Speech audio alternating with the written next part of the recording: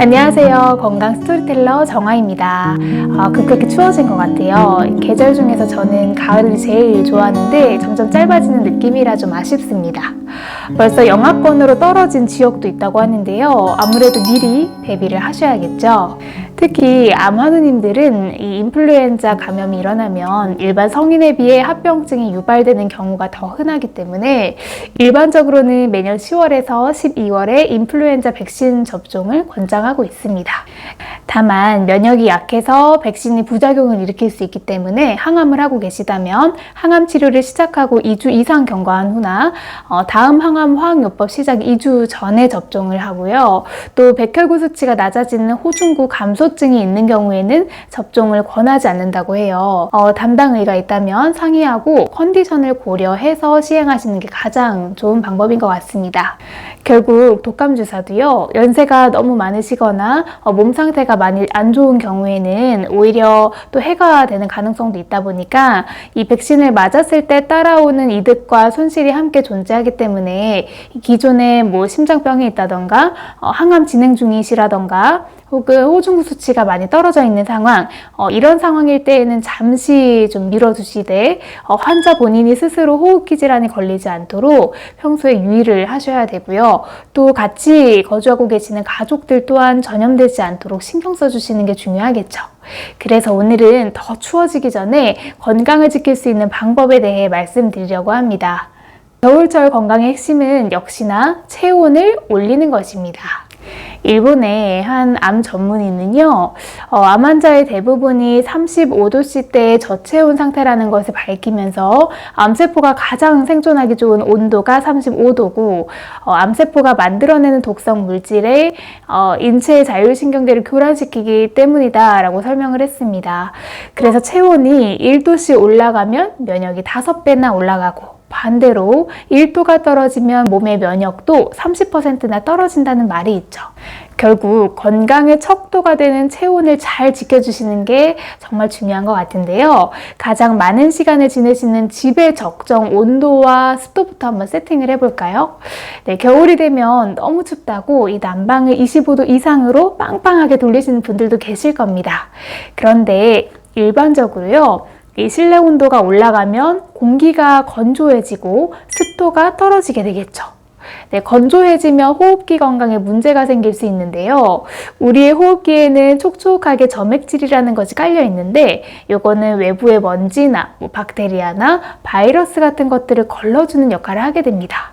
그런데 온도가 높아지고 실내 공기가 건조해지면 점액질이 말라서 바이러스를 흡착하는 능력이 감소되기 때문에 아무래도 면역에 취약해질 수밖에 없겠죠.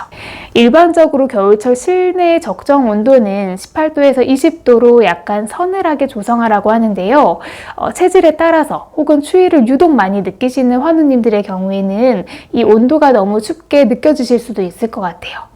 그럴 경우에는 살짝 더 올려서 겨울철에는 22도에서 23도 정도가 가장 적당하고 너무 따뜻한 실내 온도는 습도를 떨어뜨리기 때문에 호흡기에 오히려 좋지 않다라는 점 기억을 해주시면 될 것 같습니다. 또 습도는 50에서 55% 정도가 가장 적당하니까요. 실내 가습기를 사용을 해서 습도 관리에도 꼭 신경을 함께 써주시면 좋습니다. 네, 실내 온도와 습도가 세팅이 되었다면 우리 몸도 따뜻하게 해주셔야 되겠죠. 일반적으로 외부에서 열을 가해서 우리 몸을 따뜻하게 하는 법 또는 내 몸에 열을 만드는 능력을 키워서 내부에서 열을 발생시키는 두 가지 방법으로 체온을 올리실 수가 있는데요. 몸 자체의 에너지를 이용을 해서 이 열을 일으키는 능력을 갖추는 게 물론 중요하지만 움직임이 힘드시거나 면역이 너무 많이 떨어져서 이 작은 추위에도 힘드신 분들은 외부 자극을 통해 체온을 올리시는 것도 좋습니다. 그렇다면 우리 몸에서 체온이 쉽게 떨어지는 곳은 어디일까요? 네, 아무래도 손과 발이겠죠. 저도 지금 벌써부터 수면 양말을 꺼내서 신고 있는데요. 외출을 하실 때 장갑과 두터운 양말로 꼭 보호를 해주시고 또 많은 분들이 의외로 머리 위, 정수리가 차갑다고 느끼시는 분들도 계세요. 그래서 외출하실 때 모자로 또 보호해 주시는 것도 좋겠죠. 뿐만 아니라 복부의 체온도 굉장히 중요합니다. 특히 우리 환우님들 중에 마르신 분들의 경우에는 배에 피하 지방이 거의 없다 보니까 뭐 췌장, 신장, 대장, 소장과 같은 이런 내장 체온을 지키는 게 쉽지가 않겠죠. 치유를 하실 때에는 장기로 가는 혈액순환을 원활히 해주는 것도 중요하기 때문에 복부의 온도를 잘 지키시는 게 좋은데요. 그래서 간혹 이 배에다가 핫팩을 붙이시는 분들도 계시는데요. 뜨거운 온도는 화상 위험이 있기 때문에 체온보다 살짝 높은 38에서 39도 정도의 따뜻한 온도로 할 수 있는 이 복부에 찰 수 있는 온열 벨트 같은 것을 이용하시는 것도 방법이 될 것 같습니다. 두 번째 방법은요, 이 족욕을 소개를 해드릴 건데요. 족욕기만 있으면 온 가족 모두가 쉽게 체온을 올리실 수 있습니다.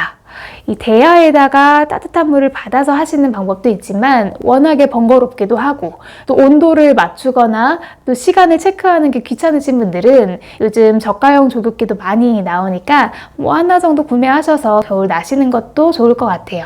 족욕은 따뜻한 물에 발만 담그긴 하지만 몸 전체를 따뜻하게 데워줍니다. 몸을 따뜻하게 데워서 몸의 온도가 높아지면 우선 혈액순환도 좋아지고 또 땀을 통해 노폐물 독소를 배출할 수 있는 해독 작용을 하기도 하고요. 또 주무시기 1시간 전쯤에 하시면 몸을 이완시켜서 푹 주무실 수 있게 숙면에 도움이 되는 게 바로 족욕입니다. 다만 주의하셔야 할 점은 가끔 몸을 따뜻하게 하기 위해서 뜨거운 온도로 진행하신 경우도 있으신데요. 진행하시는 물의 온도는 38에서 39도 정도, 부교감 신경을 올려주는 그 온도가 가장 좋습니다. 반대로 물이 너무 뜨거워지면 교감 신경이 올라가서 혈관이 수축되기 때문에 순환에 오히려 방해가 되겠죠. 그래서 따뜻하다 할 정도의 온도로 진행해 주시는 게 포인트고요. 시간은 30분 이상 길게 하지 마시고 20분에서 30분 정도 진행을 하시는 게 좋습니다. 만약 물을 이용한 습식 족욕을 하시게 된다면 발의 그 복사뼈 에서 한 5cm 정도 위까지 올라오는 정도까지 잠길 수 있게 진행을 해주시는 게 좋습니다. 물을 이용한 습식뷰로 이용하는 방법도 있고 또 공기를 따뜻하게 데워서 몸의 온도를 높이는 그 건식의 방법도 있으니까 편하신 방법으로 이용을 해주시면 좋을 것 같아요. 가끔씩 온열요법에 대한 질문도 주시는데 저희 어머님이 개인적으로 해보신 결과 암의 부위에 직접적으로 열을 가하는 방법은 경과가 좋지 않았어서 이 암 부위를 제외한 신체 부위에만 열을 가하는 방법으로 집에서 족욕이나 반신욕을 진행하셨으니까 이 점도 참고해 주시면 도움이 되실 것 같습니다. 네, 세 번째 체온 올리는 좋은 방법은요, 운동과 식사입니다.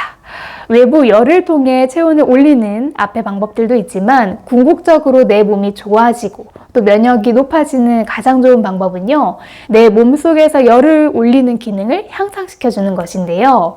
운동을 해서 몸의 근육을 채워주면 면역 향상에 도움을 받으실 수 있습니다. 네, 운동의 경우에는 움직일 수 있는 가동 범위 안에서 움직이실 텐데요. 실내에서 앉았다 일어났다 하는 하체 운동도 도움이 될 수 있고 가능하다면 팔굽혀펴기와 같은 가벼운 운동도 해보실 수 있고요.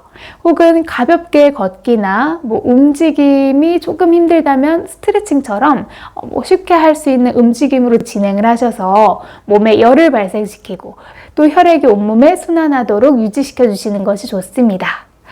또 생강, 계피, 또 부추와 같은 음식은 체온을 올려주는 데 도움을 받으실 수 있는데요.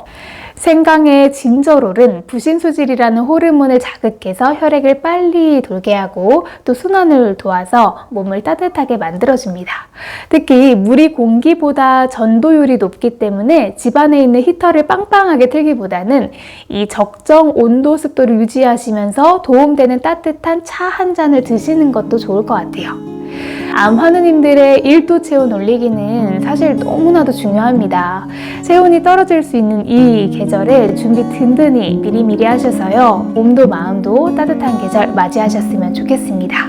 오늘은 이렇게 마무리하도록 하겠습니다. 모두 따뜻한 겨울 시작하시고요. 시청해주셔서 감사합니다. 항상 건강하세요.